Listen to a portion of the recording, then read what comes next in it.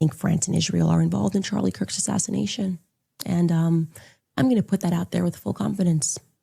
Okay. I also involvement. I understand. Yeah. So you think you with full confidence, you think that I think Israel's France involved. and Israel.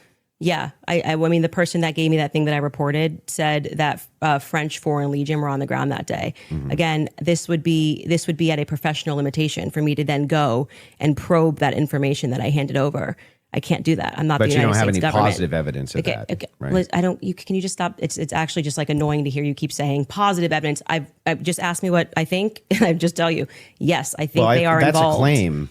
No, I said here's what I think. I have every right to ask you about your claim. Yeah, but and if there's positive evidence in for this your statement, claim, I literally just said I think, and I am allowed to think. And yeah, you you're keep allowed saying, to think, do you have but you're positive making a evidence? claim. I have tons of positive evidence that I'm allowed to think. Yes. I agree. You're allowed to think. Okay. So, nobody's disputing whether or not Candace Owens is allowed to think. What I'm asking is but you have what's your issue then? What is your issue with the statement? evidence. I think that Israel is involved. That's not just what you said. You said I did say I think. It's with full confidence. Yes.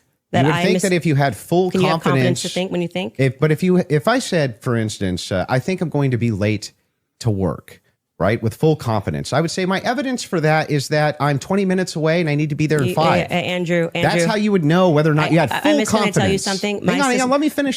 Sure.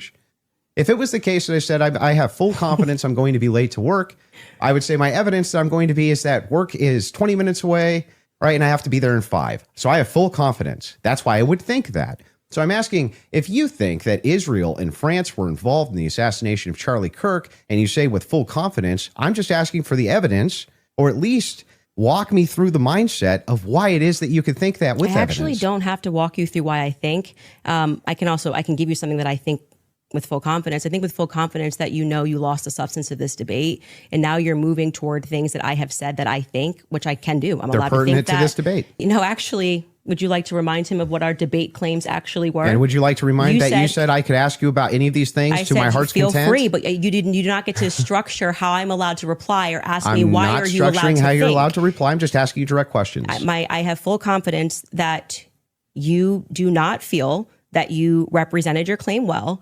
And so now what you came prepared to do is to present yourself like a professor of fallacies. I just want to know. And to say, you are not allowed to say that. You can't. You can say whatever you want. Nobody's disputing that. I'm asking. It seems like you are disputing it. I'm asking specifically why you think that when this is all said that. And done, I've already explained to you. I explained at the beginning of this why I think Israel is ultimately going to be proven to have involvement in this. I just explained to you in the middle, and now you're wanting me to structure the sentence or provide evidence. You don't have to. You're just allowed to think.